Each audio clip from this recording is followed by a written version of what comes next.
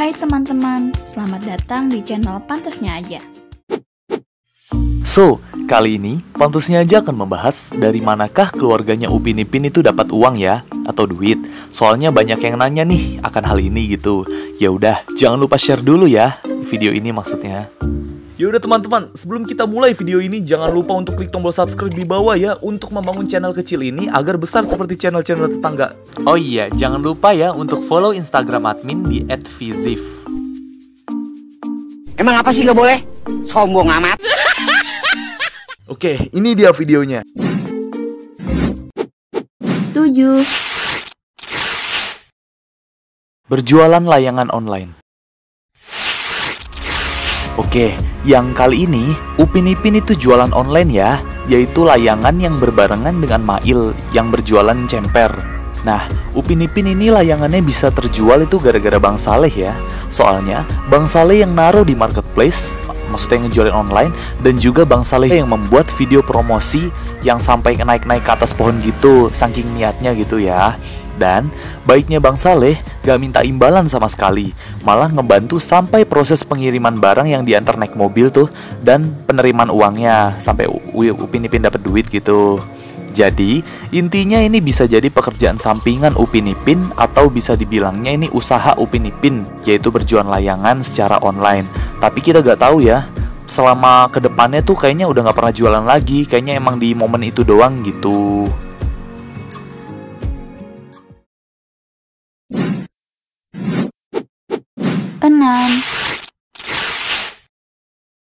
Bekerja di kebun karet.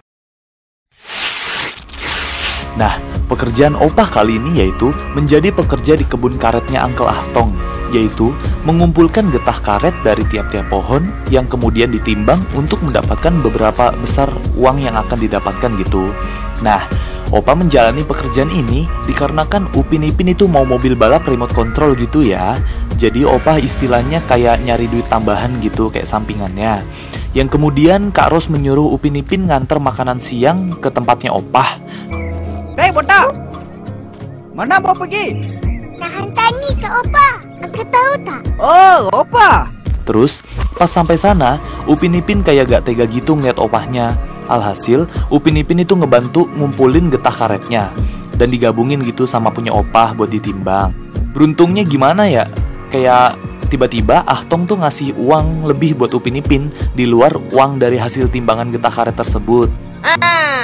Ini untuk lu 2 orang. Nah, pas sampai rumah, ya udah, Opah nyuruh Upin Ipin beli mobil deh. Dan akhirnya Upin Ipin bisa mabar remote control atau mabar mobil remote control sama teman-temannya. Jadi, intinya Opah itu memiliki pekerjaan sampingan, yaitu sebagai pekerja di kebun karetnya Ahtong yang bertugas mengumpulkan getah karet untuk diuangkan.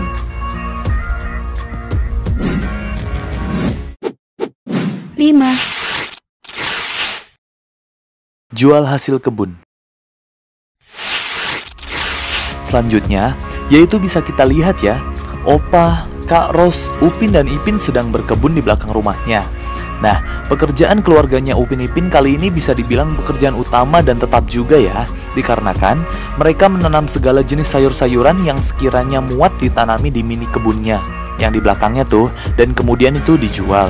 Jadi, sisi positif Kak Ros menyuruh Upin Ipin ikut mencoba nanam bayam itu agar kedepannya saat Upin Ipin menginjak usia remaja, Upin Ipin bisa bercocok tanam dan menghasilkan uang dari kegiatan tersebut gitu. Jadi kayak mandiri dan bantu-bantu ekonomi keluarga. Lucu ya, Upin Ipin udah tahu mau main keluar dan ditungguin sama Mail dan Mei Mei. Tapi nanam sayurnya tuh malah bercanda gitu. Ya namanya bocah sih ya, bocah kecil. Apalagi pas Sin disuruh nyiram pakai air dari kotorannya ayam, Upin Ipin itu malah ngerjain Mail. Jadi kayak dikejar-kejar gitu Mailnya. Terus kesandung deh. Dan kotoran ayam itu malah ngebanjirin badannya Upin Ipin. Kemudian Mei Mei dan Maila itu cabut. Kesian.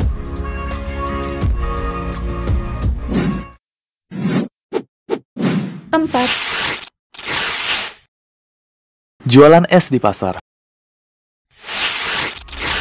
Nah, Pekerjaan yang ini bisa dibilang Upin Ipin yang terjun langsung ke pasar untuk menjual produknya, yaitu es. Jadi, ceritanya Upin Ipin itu disuruh ngumpulin uang Rp1 ya sama Kak Ros. Yang pertama yaitu minjam sama Ehsan, terus Kak Rosnya itu tahu. Dan selanjutnya ikut bantu-bantu Mail, maksudnya bantu ngejualin ayamnya yang sampai banyak banget tuh pelanggannya. Dan akhirnya itu dikasih Rp1 lebih gitu, maksudnya kayak banyak gitu, dikasih kayak dituang gitu. Terus uangnya itu disimpan di bawah bantal.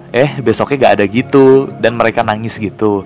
Terus Kak Ros ada ide dengan cara jualan es. Dan akhirnya Upin Ipin itu ngejual di samping warungnya atau standnya Mail gitu. Kemudian es itu baru aja bentar ditaruh, maksudnya Upin Ipin baru datang, tapi langsung dikerubutin orang gitu, dan juga habis dalam waktu sekejap. Upin Ipin kemudian pulang dengan senyum-senyum gitu ya.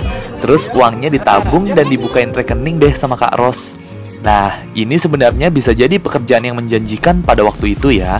Tapi bisa kita lihat, di episode setelahnya, Upin Ipin itu tidak pernah kelihatan berjualan es lagi. Kalau Mail kan emang dari musim 2, emang udah jualan terus gitu sampai musim 14. Jadi kayak emang bantu-bantu ibunya dan scene tuh pasti ada gitu. Tapi intinya ini jadi pekerjaan sampingan keluarganya Upin Ipin dengan Upin Ipinnya yang terjun langsung berjualan gitu.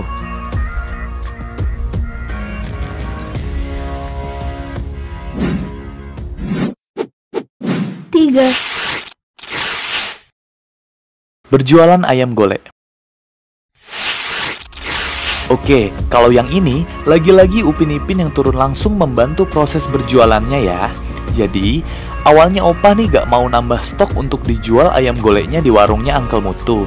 Jadi kayak tetap kekeh gitu gak mau. Terus, di suatu saat, tanaman hiasnya Opa itu mati. Dan Opa pun pengen yang baru atau beli baru gitulah istilahnya ya. Otomatis kan butuh uang lebih atau butuh duit lebih gitu. Alhasil Upin Ipin itu mancing Opa ya.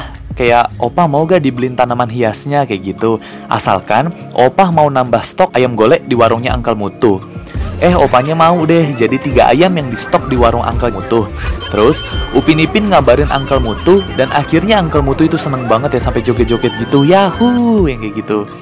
Singkat cerita, ayam goleknya Upin Ipin ini laku keras. Bisa dilihat dari banyak banget yang beli. Saking banyaknya, sampai-sampai mesinnya itu rusak. Dan juga kayaknya kayak ada angin gitu yang nyerang warungnya Uncle Mutu. Pada rusak gitu deh warungnya, jadi kayak ketiban pohon gitulah. Tapi warga kampung Durian Runtuh itu baik hatinya dan juga mau menolong ngebenerin warungnya Uncle Mutu lagi ya. Dari Bang Saleh, Ato maupun temannya Upin Ipin gitu. Dan juga ada tukang mesin. So, mesinnya itu jadi bener lagi gitu. Jadi intinya ini bisa jadi pekerjaan inti atau penghasilan inti keluarganya Upin Ipin selama Opah mau nyetok ayam goleknya di warungnya Uncle Mutu gitu. Soalnya banyak kan yang beli gitu, maksudnya kayak rasanya enak gitu kan. Udah tahu kan Opah juga kalau masalah makanan tuh enak gitu. Jadi kayak enak parah lah.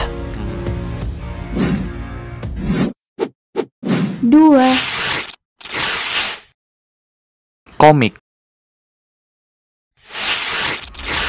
Nah, kalau pekerjaan kali ini itu pure Kak Ros yang mengerjakan ya, yaitu membuat komik kembara-kembar nakal yang terinspirasi dari adiknya, yaitu yang kembar juga dan juga agak nakal dikit, makanya namanya kembara-kembar nakal tapi keren gitu.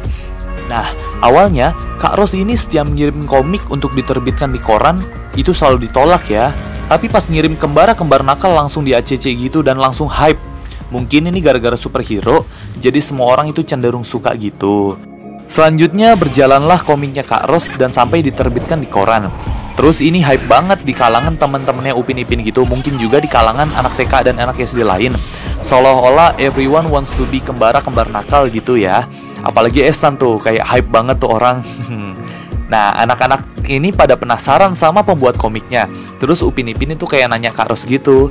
Kak Ros bilang, tengoklah di bawah tuh ada nama pengarangnya, yaitu 12 kilogram durian runtuh gitu. Yang aslinya itu kalau dibaca R, Kampung Durian Runtuh. Terus jarjitnya, wah kampung kita, mabeles kayak gitu dah. Kampung Durian Runtuh? Kampung kita, mabeles. Nah, di next scene ketahuan deh bahwa Kak Ros yang buat komiknya. Dan juga Upin Ipin itu dapat buku pertamanya yang langsung diunjukin ke teman-temannya. Teman-temannya itu awalnya pada nggak percaya gitu, tapi pas lihat foto Kak Ros di belakang komiknya akhirnya percaya. Jadi, ini bisa dibilang pekerjaan intinya Kak Ros. Soalnya Kak Ros pasti dapat fee dari berapa buku komik yang dapat terjual di masyarakat gitu. Terlebih lagi kalau idenya dikembangkan dan diangkat jadi short movie atau film pendek. Pastikan uangnya juga banyak gitu ya. 1. Berjualan nasi lemak dan pisang goreng. Nah, ini dia sumber penghasilan inti keluarganya Upin Ipin, yaitu berjualan nasi lemak dan kue goreng lah, atau disebutnya pisang goreng ya. Pisang goreng panas, pisang goreng, nasi lemak, sedap. Bisa dilihat di beberapa scene bahwa nasi lemak Upin Ipin memang terkenal enak di kampung Durian Runtuh, yang dititip jualkan di warungnya Uncle Mutu. Yang ini gue agak susah ngejelasinnya, tapi intinya ini merupakan penghasilan inti gitu ya. Soalnya Opa emang benar terkenal dalam hal memasak dan juga jago gitu. Bisa dilihat pada saat episode masak-masak bahwa Chef Wan ingin sekali bertemu dengan orang yang membuat nasi lemak yang dititipin di warungnya Uncle Mutu gitu. Alhasil, Opa bisa ngobrol bareng sama Chef Wan dan nanya-nanya seputar resepnya gitu dah. Pasti kalian juga udah pada nonton kan? Atau bisa dilihat di gambar ini gitu. Pokoknya itu di musim 12. Nah, kalau yang pisang goreng, itu bisa kita lihat pada episode goreng pisang tuh. Upin Ipin kan bawa pisang goreng gitu ya, yang kemudian dibagi-bagi ke temennya. Ya kayak disuruh cobain gitu, tapi diledekin kayak Mail, seolah-olah pisang gorengnya itu dijual 2 singgit dan dibuatkan lagunya gitu sama teman-teman juga. Bisa kalian cek langsung aja ya di YouTube kalau mau denger lagunya, ada.